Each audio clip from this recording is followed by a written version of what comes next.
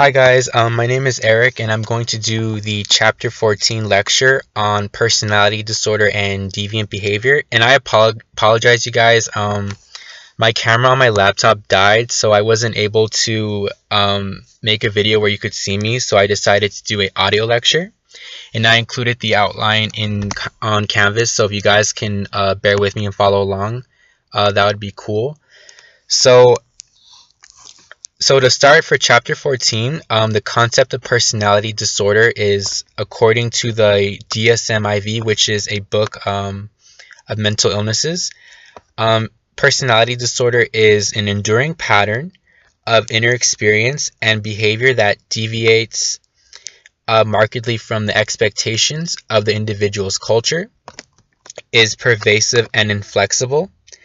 It has an onset in adolescence or in early adulthood and can be stable over time or, if not treated, lead to distress and impairment. So the DSM lists about 10 specific syndromes or patterns of personality disorder as separate categories. So cluster A are individuals with this cluster of personality disorder are often appear odd and eccentric. So one of them is paranoid personality disorder, which is a pattern of distrust and suspiciousness. The other one is schizoid personality disorder, which is a pattern of detachment from social relationships. And the last one is schizotypical personality disorder, which is a pattern of acute discomfort in close relationships. So for cluster B, these individuals often appear dramatic, emotional, or erratic.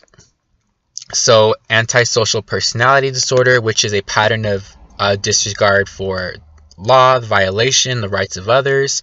Borderline personality disorder, which is a pattern of instability in interpersonal relationships, self-image, and effects. And then we have histrionic personality disorder, which is a pattern of excessive emotionality and attention seeking. And then we have narcissistic personality disorder, which is, patterns of grandiosity, need for admiration, or lack of empathy for other people. And then we have cluster C, which is individuals who often appear anxious or fearful. So avoidant personality disorder, which is a pattern of social inhibition, feelings of inadequacy, and hypersensitivity to negative evaluation. Next, we have dependent personality disorder, which is a pattern of submission and clinging behavior related to an excessive need to be taken care of. And then last, we have obsessive compulsive personality disorder, which is a pattern of preoccupation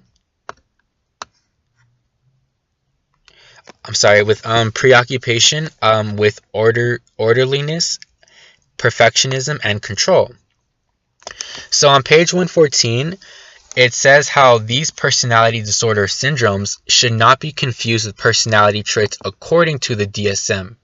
Personality disorders must be distinguished from personality traits that do not reach the threshold of a personality disorder. So in other words, a personality trait is an enduring characteristic or disposition of a person that may not be relevant to a personality disorder. So basically what this is saying is that maybe there's just maybe it can just be part of someone's personality, but that doesn't mean that they necessarily have a disorder, because maybe for everyone is different, so we all have our own personalities. We may have little traits, but that doesn't mean that we have this disorder. It can just be part of of who we are. So the next slide is, what is deviant behavior? So deviance as an absolute attribute is a physical illness like cancer, a universal disease to all human beings around the world. This is how a lot of people used to think, is what made someone deviant. So an example is a born criminal which is a biological explanation of deviant behavior. As mentioned earlier, there is no absolute universal definition of deviance, since social norms are culturally and situationally relative. So like how I was saying earlier, what might be normal for one culture may be abnormal for another culture. So it's not really, oh, this person is crazy or this person is deviant, because it just may be part of their culture, and their culture may be normal. So the next one is deviance as a social myth. So deviance as a social myth. Is a form of deviance which can be categorized as extremely subjective and relativistic. The relativistic view generally is created by society, particularly powerful groups of people and institutions that make the rules to impose negative sanctions upon certain behaviors which are labeled as deviant. It is judgment passed on the behavior by others and not the behavior itself that determines and defines deviance. An example are criminals mentally ill, right? Because a lot of times people view them as not being, part of society or being deviant because of their behaviors. But it can also include foreigners or racial and ethnic minorities, the physically disabled, or even obese. So it starts to get very microscopic on the kind of people that are discriminated against. Basically, it's anyone that is different. It's kind of like you don't even have to, you can be a really good person. You don't even have to be a criminal, but maybe if you're obese, people can discriminate against you. Or if you're gay, people can discriminate. And if you're just different, even if you have maybe even tattoos, right? People can discriminate against you. So the situation can be labeled as deviant from the labeler's point of view. So the person that's judging can label that as deviant, but it can be objectively false. Like I said, how it doesn't mean that. So for example, if someone is obese and is, a smart person, but they get labeled as being deviant because of their size, that doesn't mean that they're a deviant person, right? But the impact it has on those who are labeled becomes real, right? So they can face maybe self-esteem issues, or self-esteem issues, or issues with how they perceive themselves. So the next one is deviance as abnormal behavior, which is all societies have some means to define and sanction those who deviate from what is considered normal behavior in a given situation. So for example, like how we said earlier, there is no universal definition of rape as a crime, but every society does have norms to regulate sexual behavior in general. So hence the normative definition has to deal with the conceptual levels of social norms. So cultural universals and cultural specifics. So cultural universals are existence of general norms in all cultures, and cultural specifics are norm specifics to a particular culture. So an analogy in the book would be the family. So generally speaking, your family as a universal situation across all cultures, whereas a particular type of family, such as a nuclear or extended family, would be cultural specific. So next we have deviance as a labeling process, which is the audience reaction definition. So we have primary deviance, which is the actual behavior of violating social norms of a given group and or the social audience's perceptions of the norms violating behavior. The social audience includes anyone who could witness directly or indirectly and evaluate the behavior correctly. So an example would be if someone, like how we were saying earlier, if they get labeled as being crazy or a criminal or mentally ill or gay, right, by the audience will make those judgments depending on how that person is behaving. So then next we have the process towards secondary deviance, which is deviance labeling. social penalties, neutralization, unsuccessful defenses, intense needs for social acceptance. So that's the part when the person will get labeled, right, as deviant, and um, they may face, penalties, right? They may face discrimination. They may face consequences for their behavior, or not even their behavior, but maybe for who they are, right? And then next we have secondary deviance, which develops when the primary deviant behavior,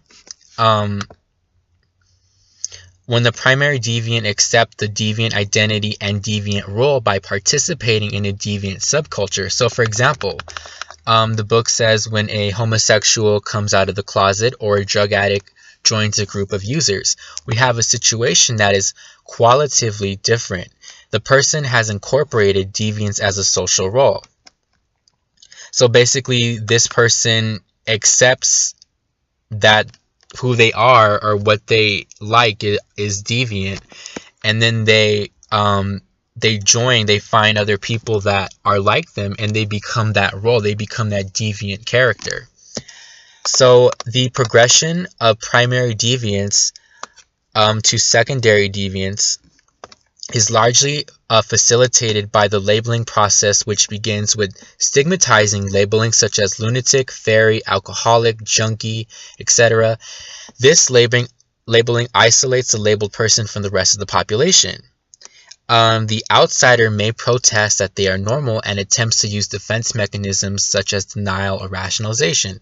So, of course, naturally, if you're going to be discriminated against because of, whether your sexuality or whether you have a disability, physical disability, or your religion, of course, naturally, you are going to, defend yourself. You are going to, you might say, oh, that's not me, or I'm not like that, or you might defend who you are, out of just human nature.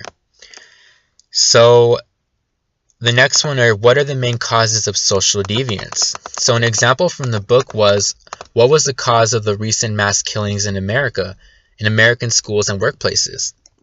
This question can be answered by grouping 3 causative factors, which are biological factors, psychological factors, and social cultural factors. So biological factors are the biological factors of violence are usually attributed to neurological vulnerability of the individual deviant. So example, nature versus nurture. So like killers, right, were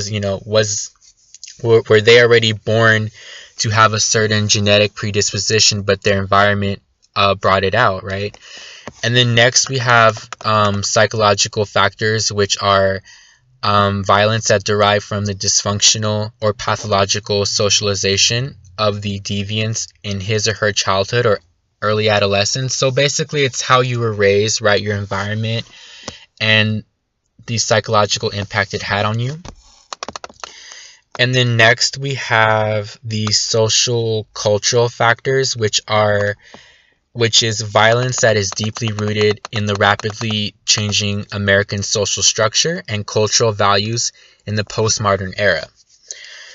So this has to do with a lot of people might compare like video games, right? Video games can make kids violent, or just anything that's social cultural in our society that can cause these type of situations. And then next we have the American culture thus ensures high degree of freedom and creativity, but it also is vulnerable to social deviance and alienation. In contrast, the group-centered Japanese culture is highly disciplined and orderly, but it is also free and less free and creative than the individual-centered American culture. So this part is basically comparing both cultures and saying how there's good and bad in each social cultural factor, right? So Americans are more liberal, they're more about, individualism, creativity, but they're also more vulnerable to social deviance, higher divorce rates, there's a lot of negative also things associated with it. And then we have, the Japanese culture, which is highly disciplined and orderly, but there's less form of creativity because it is a very collective society, a group society. So there's like pros and cons to everything. So let me see if there's anything else. Oh, and then the book also mentioned about anomaly, which is becoming normalized in American culture. And yeah, so that's my lecture, you guys. I'm sorry again that I wasn't able to do a actual video where you could see me, but I hope this helped you guys, and I just hope you guys have good luck on your finals, and yeah, I hope you enjoyed my lecture. Bye.